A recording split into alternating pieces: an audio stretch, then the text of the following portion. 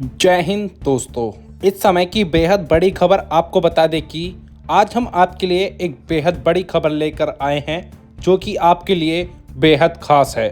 अगर आपकी सैलरी से एनपीएस या ईपीएफ कटता है और आप अपने रिटायरमेंट फंड को लेकर चिंतित हैं तो यह वीडियो आपको ज़रूर देखना चाहिए।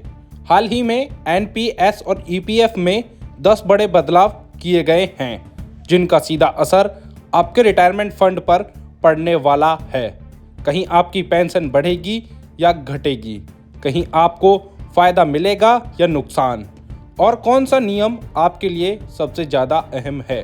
इस वीडियो में हम आपको एनपीएस और ईपीएफ के सभी 10 बदलाव आसान भाषा में पूरा कैलकुलेशन और असर के साथ बताएंगे। तो वीडियो को अंत तक ज़रूर देखें क्योंकि एक छोटा सा नियम आपके लाखों रुपए के रिटायरमेंट फंड को बदल सकता है। नमस्कार दोस्तों, डीपीएल न्यूज़ में आपका स्वागत है। कृपया वीडियो को अंत तक देखें और लाइक एंड शेयर जरूर करें। बड़ी खबर आपको बता दें कि एनपीएस और ईपीएफ में हुए 10 बदलाव आपके रिटायरमेंट फंड पर होगा असर। जानिए पूरी डिटेल। भारत में रिटायरमेंट फंड जुटाने के लिए नॉन गवर्नमेंट कर्मचारी का सबसे खास तरीका एनपीएस और ईपीएफ माना जाता है। ज़्यादातर लोग इन्हीं दो विकल्पों के जरिए अपने बुढ़ापे की प्लानिंग करते हैं क्योंकि इसमें पैसा डूबने का खतरा बहुत कम होता है और यह केंद्र सरकार द्वारा संचालित योजनाएं हैं। इसी कारण इन योजनाओं में समय समय पर कई बदलाव भी होते हैं। हाल ही में एनपीएस और ईपीएफ के तहत कई बड़े बदलाव किए गए हैं जो आपके रिटायरमेंट फंड को प्रभावित करते हैं। आइए जानते हैं एनपीएस और ईपीएफ से जुड़े नियमों में क्या बदलाव हुए हैं। आपको बता दें एनपीएस विड्रॉल नियम। एनपीएस विड्रॉल नियम में सबसे बड़ा बदलाव हुआ है। पहले एनपीएस होल्डर्स को अपनी बचत का 40% हिस्सा पेंशन योजना खरीदने के लिए इस्तेमाल करना पड़ता था। अब यह आवश्यकता घटाकर 20% कर दी गई है। इसका सीधा मतलब है कि रिटायरमेंट लोग अपनी डिपॉजिट अमाउंट का 80% तक एक मुश्त निकाल सकते हैं। इस बदलाव से कई रिटायरमेंट लोगों से दबाव कम होगा। आपको बता दें पूरी रकम निकाल सकेंगे। एनपीएस में कम बचत वाले लोगों को नए नियमों से बड़ी राहत मिली है। अगर 8 लाख से किसी एनपीएस अकाउंट में डिपॉजिट है तो वे पूरी राशि एक बार में निकाल सकता है। उसे पेंशन योजना खरीदने की जरूरत नहीं होगी। आपको बता दें रिटायरमेंट अवधि में भी बदलाव। अगर कोई एनपीएस में निवेश करता है तो वे अब योजनाओं में 15 वर्ष पूरे करने के बाद निवेश से बाहर निकल सकते हैं। अगर कोई 85 साल तक निवेश करना चाहता है तो भी है इसमें निवेश जारी रह सकता है।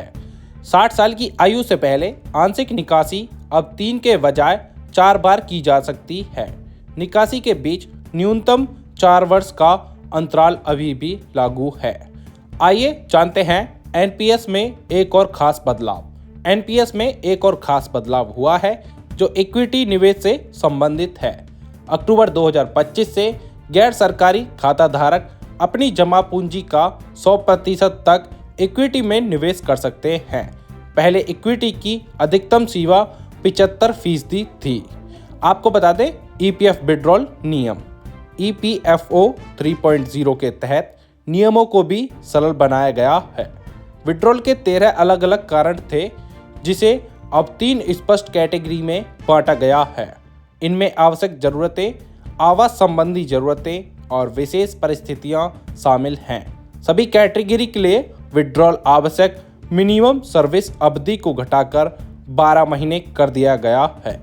आपको बता दें नियोक्ता की आवश्यकता खत्म। ईपीएफ ट्रांसफर और विड्रॉल के लिए नियोक्ता के अप्रूवल की एक पुरानी समस्या थी।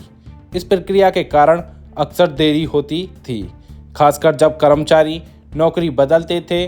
नए सिस्टम के तहत नियोक्ता के अप्रूवल की अब आमतौर पर आवश्यकता नहीं होती है। आपको बता दें कि विड्रॉल नियम अब 5 लाख रुपए तक के दावों का निपटान मैनुअल जांच के बिना ऑटोमेटिक किया जा सकता है। इससे पूरी प्रक्रिया में तेजी आती है और गलतियां कम होती हैं। सुरक्षा बढ़ाने के लिए उमंग ऐप के माध्यम से चेहरे की पहचान शुरू की गई है। डिजिटल प्रक्रिया ने ईपीएफ दावों को तेज और अधिक विश्वसनीय बना दिया है। नौकरी छूटने के बाद पूरे ईपीएफ निकालने का वेटिंग पीरियड 2 महीने से बढ़ाकर 12 महीने कर दिया गया है। आपको बता दें, न्यूनतम बैलेंस का नियम। सदस्य अपने कुल निवेश बैलेंस का 100% तक निकाल सकते हैं, लेकिन ब्याज कमाते रहने के और रिटायरमेंट बेस के तौर पर अकाउंट में कुल रकम का कम से कम 25% रहना जरूरी है। आइए जानते हैं कर्मचारी कितनी बार निकाल सकते हैं। सदस्य शिक्षा के लिए 10 बार तक और शादी के लिए 5 बार तक पैसे निकाल सकते हैं, जो पिछली संयुक्त सीमा 3 से काफ़ी ज़्यादा है। इसके लिए कम दस्तावेजों की आवश्यकता होगी। कई क्लेम के लिए सेल्फ डिक्लेरेशन की अनुमति है, जिससे कागजी काम कम हो जाएगा। आपको बता दें कि एनपीएस में भी गारंटी वाली पेंशन की तैयारी। पीएफआरडीए ने बनाई हाईटेक समिति। कैसे मिलेगा इसका फायदा, आइए जानते हैं। राष्ट्रीय पेंशन प्रणाली एनपीएस के तहत जल्द ही सुनिश्चित पेंशन मिल सकती है। पीएफआरडीए ने इसके लिए दिशा निर्देश और नियम बनाने हेतु एमएस साहू की अध्यक्षता में 15 सदस्यीय उच्च स्तरीय समिति का गठन किया है। इसका उद्देश्य एनपीएस अंशधारकों के लिए सेवानिवृत्ति के बाद आय को सुरक्षित और सुनिश्चित बनाना है, जो विकसित भारत 2047 के लक्ष्य के अनुरूप है। आपको बता दें, राष्ट्रीय पेंशन प्रणाली एनपीएस के तहत जल्द ही सुनिश्चित पेंशन मिल सकती है।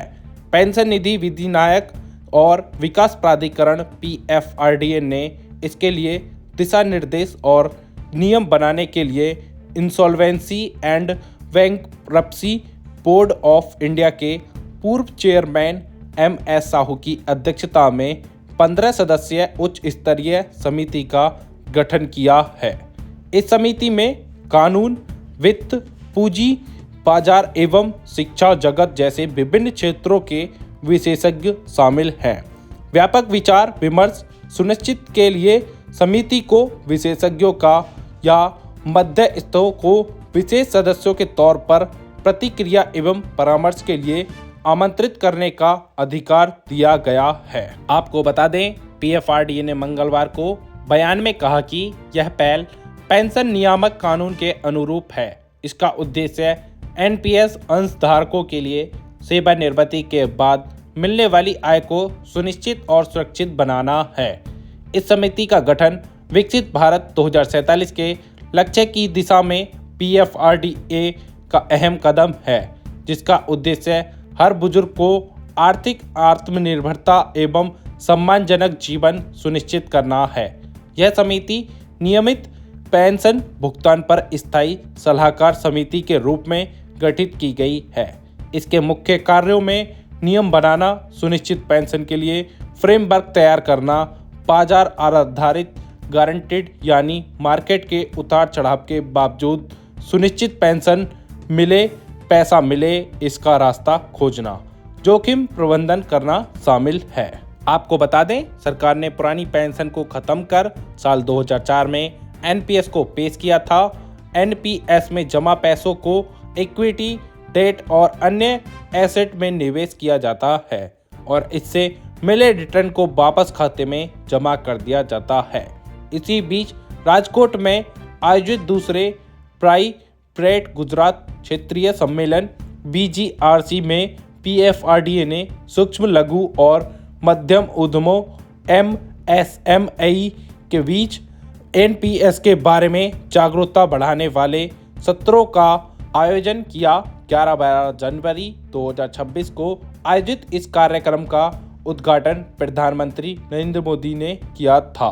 ऐसी ही डेली अपडेट्स के लिए सब्सक्राइब करें DPL न्यूज़ और बेल आइकन को दबाना ना भूलें, जिससे हमारी अपडेटेड वीडियो सबसे पहले आप तक पहुंचे।